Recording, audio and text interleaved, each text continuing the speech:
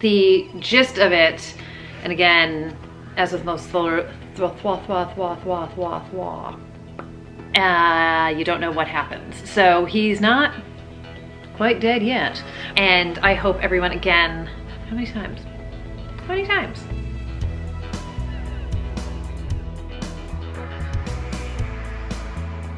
Hi everyone, it's Audrey and welcome back to Chapter and Converse.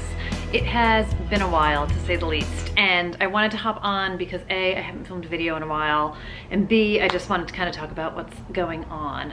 So obviously coronavirus is kind of the everything, and in full transparency, from a work perspective, it has been all-consuming, and from a personal perspective, it has kind of been all-consuming. So I am fine, my friends and family are fine, but living in New York, commuting into Manhattan every day, it's just been literally on my doorstep, and I would say my creativity hasn't quite been there, my mood to film and my enthusiasm hasn't quite been there, so it has been a rough couple of weeks to say the least.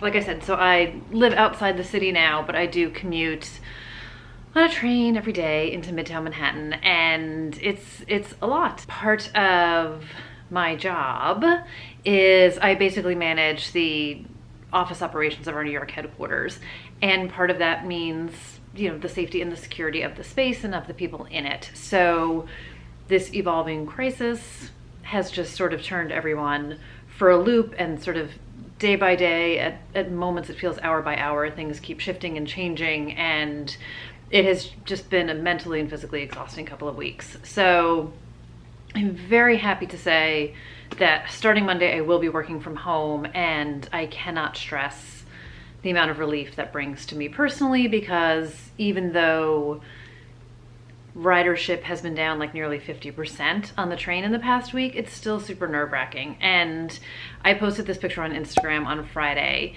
so to say it's surreal, anyone who lives in Manhattan, who lives in New York, commutes there, has been here, you guys know what New York is like many other busy cities around the world.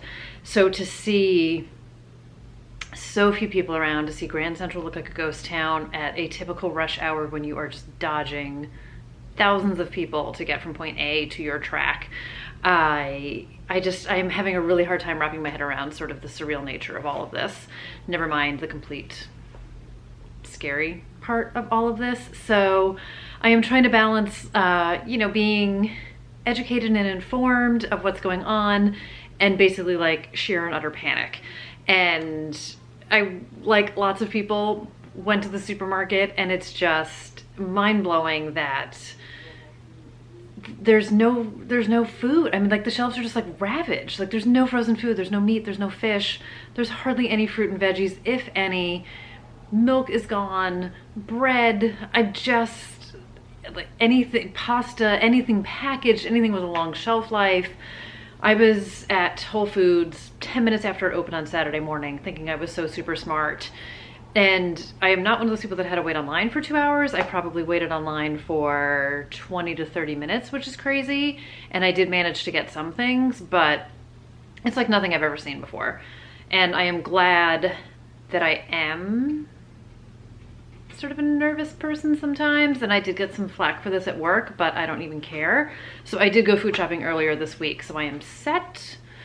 We have that weird kind of 2 to 14 day incubation period, at which point you could be self-quarantined for 14 days, so it's just really hard to prepare for the unknown. But Friday was my last day commuting. My 14-day clock is ticking, and then maybe I will consider visiting my family, who I can drive to. But until then, I'm not quarantined. I went out for a wonderful hour-long walk today. I went to the supermarket, which is the beginning and end of anything I will do as far as a public place goes.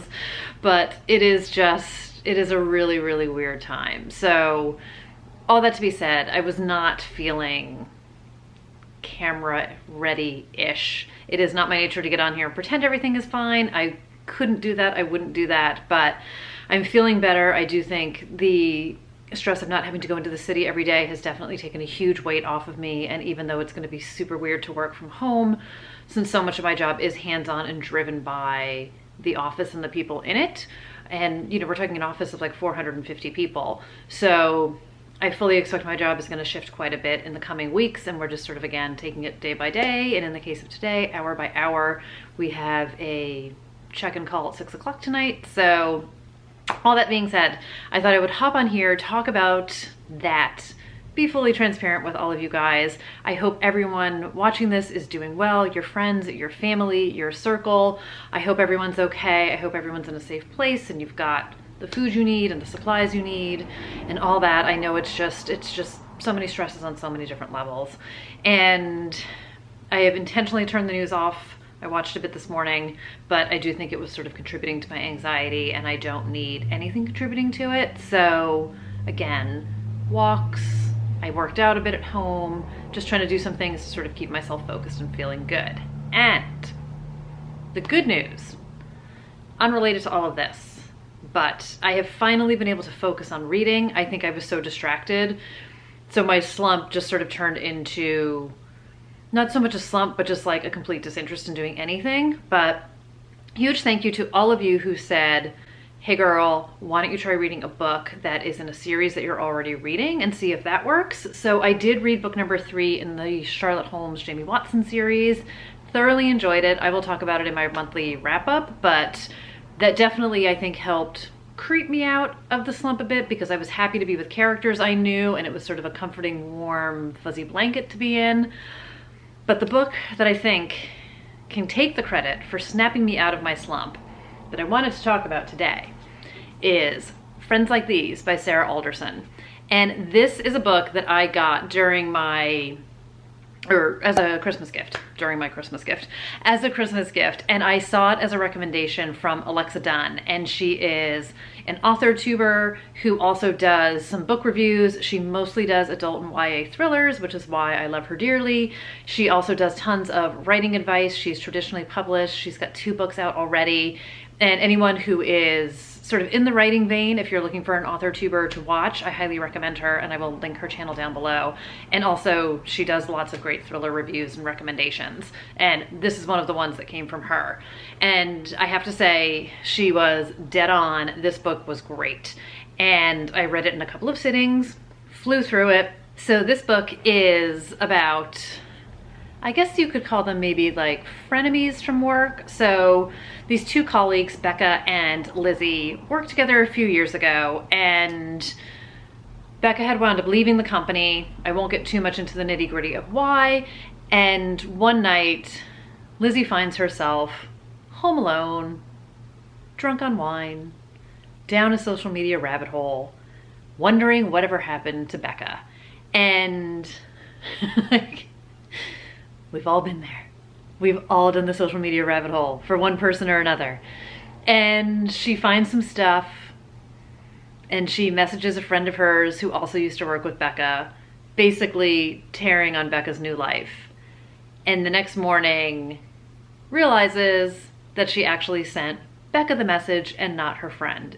So things kind of blow up from there. And this becomes one of those stories of the social media kind of twist on it, and sort of the commentary on social media being what you see isn't always what you get. People are obviously not always presenting their true lives, and the assumptions you make about people, the judgments you make about people can be so entirely wrong based on sort of what you see at face value.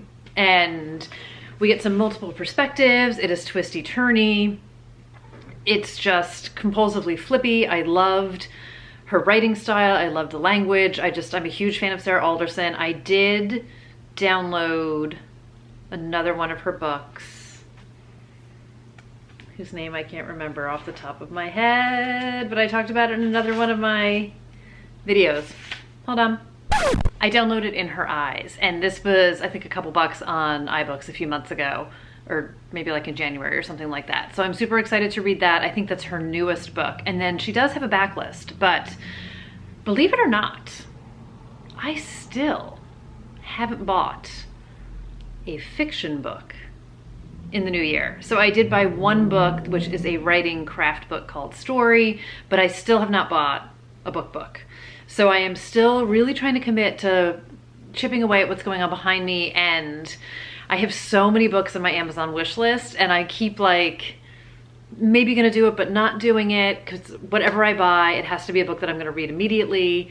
I am definitely playing the numbers game on books and waiting for prices to drop.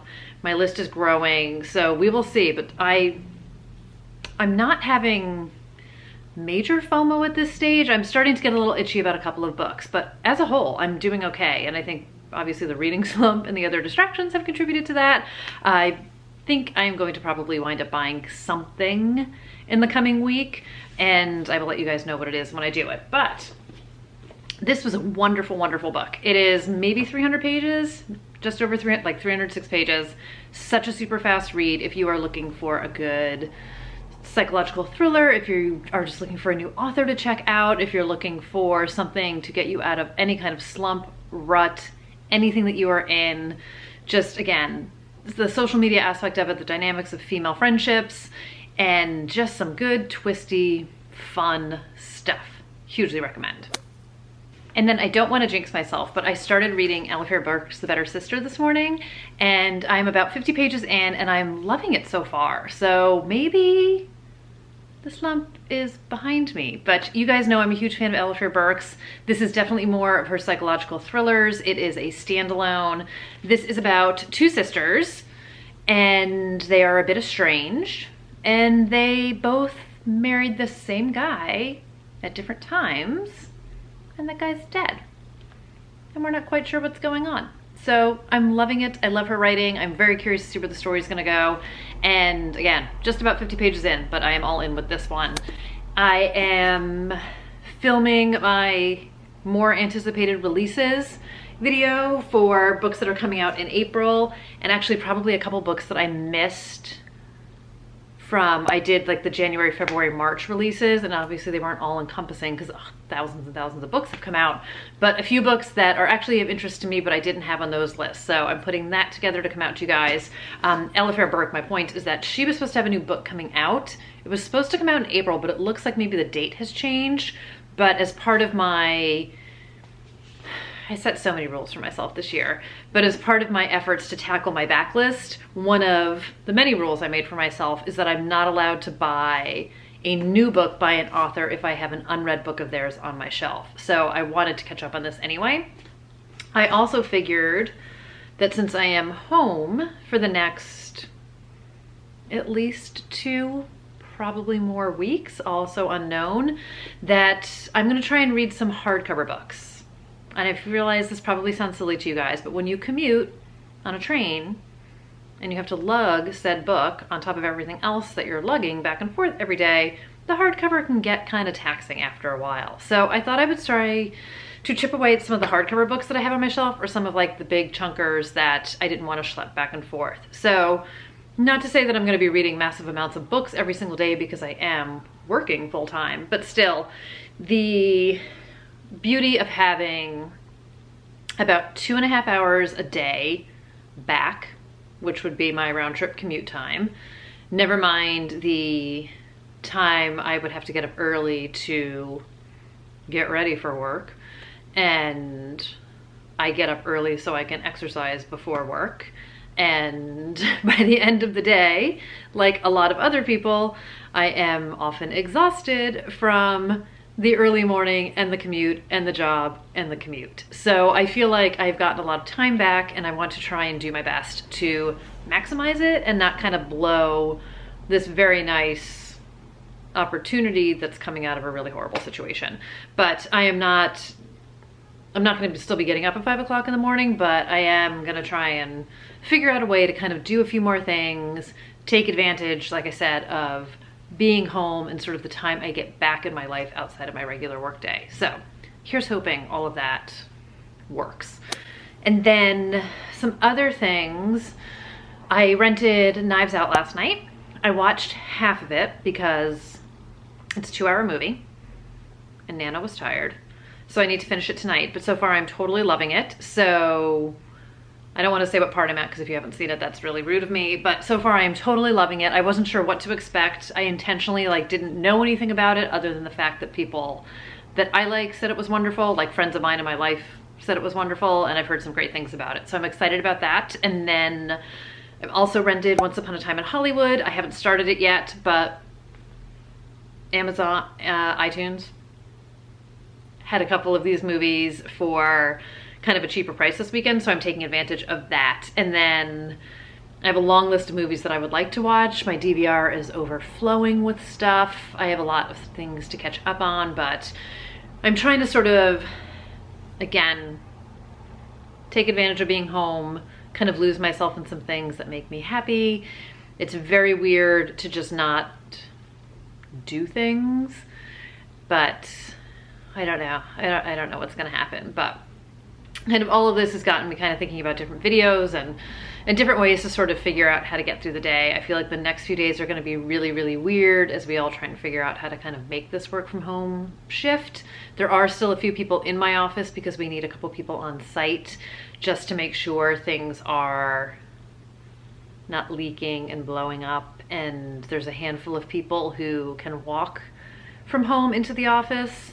So there are a handful of people who are in there. So for now, unless there is like an absolute shutdown or something that happens in New York, we will still have a little, I mean, I'm talking like less than 20 people in an office of 450 people in the office, either on a daily basis or a couple times a week. So we're still trying to work out a couple of kinks.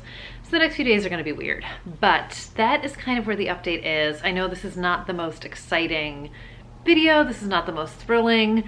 I don't have a ton of reading updates, but I will hopefully be getting to more books, like I said, now that I'm a little bit out of my rut, and I do feel like my focus is a little bit better now that I've kind of been able to take a deep breath about things and get a little bit of perspective.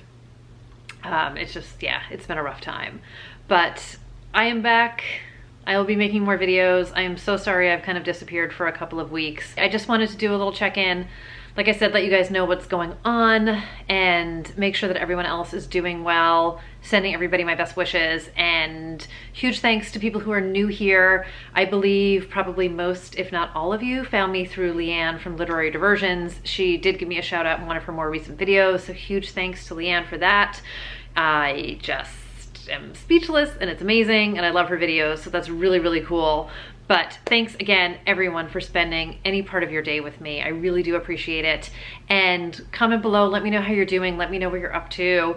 Again, huge wishes to everyone and your friends and your family and all of you that you're doing well. And I will be back with a new video in a few days, and I hope to see all of you guys back here too. So take care, everybody. Bye.